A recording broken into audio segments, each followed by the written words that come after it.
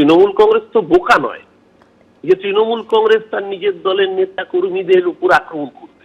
এবং কখন হচ্ছে এই ঘটনাগুলো, যখন অভিষেক বন্দ্যোপাধ্যায় টার্গেট সেট করে দিয়েছেন যে আমরা গতবার বিধানসভায় 214টা আসন পেয়েছিলাম, এবার তার থেকে একটি হলেও বেশি আসন আমরা জিতবো, এবং সেই সূচনাটা হবে দক্ষিণ 24 পরগনা জেলা, অর্থাৎ এই জেলায় 31টা আসনের মধ্যে গতবার আমরা 30টায় জিতেছিলাম, একটি মাত্র আসন আইএসএফ যেখানে জিতেছিল সেটি ভাঙড়।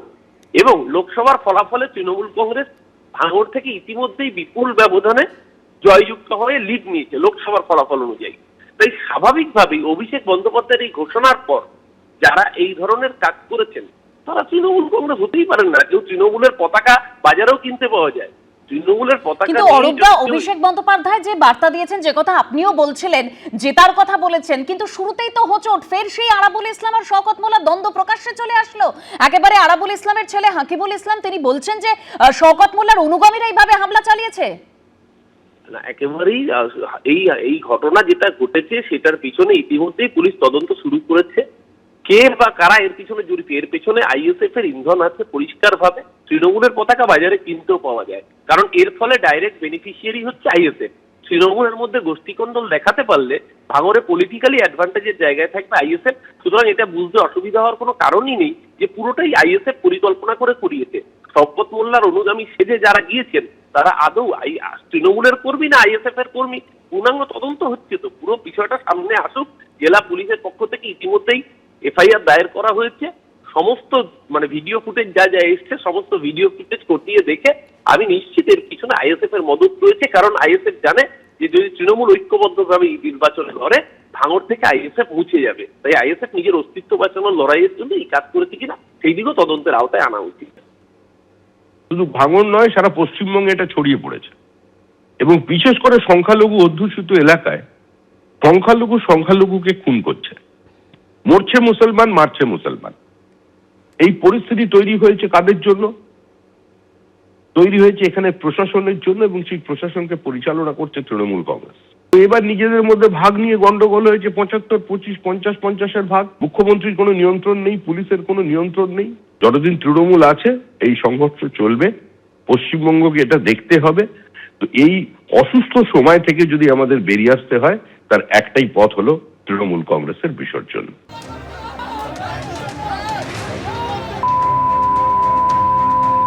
যে ছবি আপনারা দেখতে পাচ্ছেন 26-এর বিধানসভা নির্বাচন, আর তার মাত্র কয়েক মাস আগেই ফের একবার উত্তপ্ত হয়ে উঠল ভাঙড় যে আছে ভাঙড়েই বারবার সেই ছবি স্পষ্ট হচ্ছে।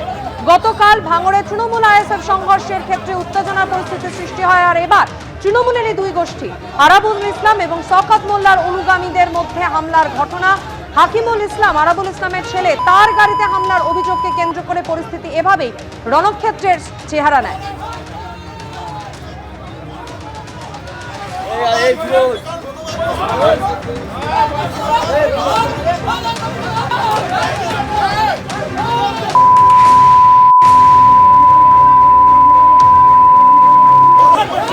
শুধুমাত্র এই ঘটনায় নয়, ভাঙড়ে আরাবুল ইসলামের পেট্রোল পাম্পেও হামলার অভিযোগ প্রকাশ্যে এসেছে সিসি ক্যামেরার ফুটেজ।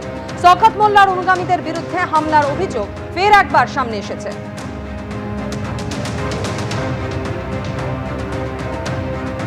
হাকিমুল ইসলাম, আরাবুল ইসলামের ছেলে, তিনি সেই সময় পেট্রোল পাম্পে উপস্থিত ছিলেন। তার উপস্থিতিতেই কয়েকজন ব্যক্তি, দেখতেই পাচ্ছেন সিসি ক্যামেরা ফুটেজ, পেট্রোল পাম্পের ভিতরে ঢুকে আঙুল উঁচিয়ে হুঁশিয়ারি দিচ্ছেন তারা। আর অন্যদিকে দেখতে পাচ্ছেন গতকালকের ঘটনা, যেখানে হাকিমুল ইসলামের গাড়িতে হামলার অভিযোগ ওঠে শওকত মোল্লা, ক্যানিং পূর্বে তৃণমূল বিধায়ক তথা ভাঙড়েরই পর্যবেক্ষক, তার অনুগামীদের বিরুদ্ধে।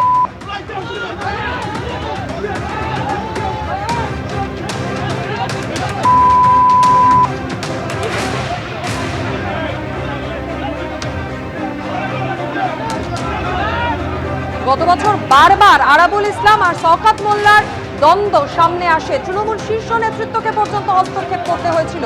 তারপরও পরিস্থিতিটা যে বদলায়নি, বছরের শুরু থেকেই সেই ছবি দেখা যাচ্ছে।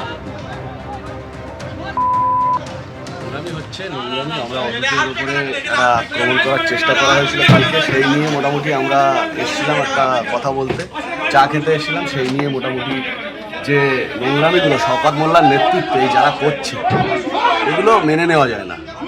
মানে কি জন্য এসে আসা হয়েছিল? এখানে আমি জোরে বলো। অজিত বাড়িতে কর্মাধ্যক্ষর বাড়িতে চা খেতে এসেছিলাম, গল্প করতে এসেছিলাম, কথা বলতে এসেছিলাম। সেই নিয়ে এখানে চক্রান্ত করে শওকত মোল্লার নেতৃত্বে যে মানে এখানকার কিছু ছেলেপিলেরা দুর্ব্যবহার করছে, আমরা এর তীব্র প্রতিবাদ জানাচ্ছি। মানে গল্পে জানাবো আমরা।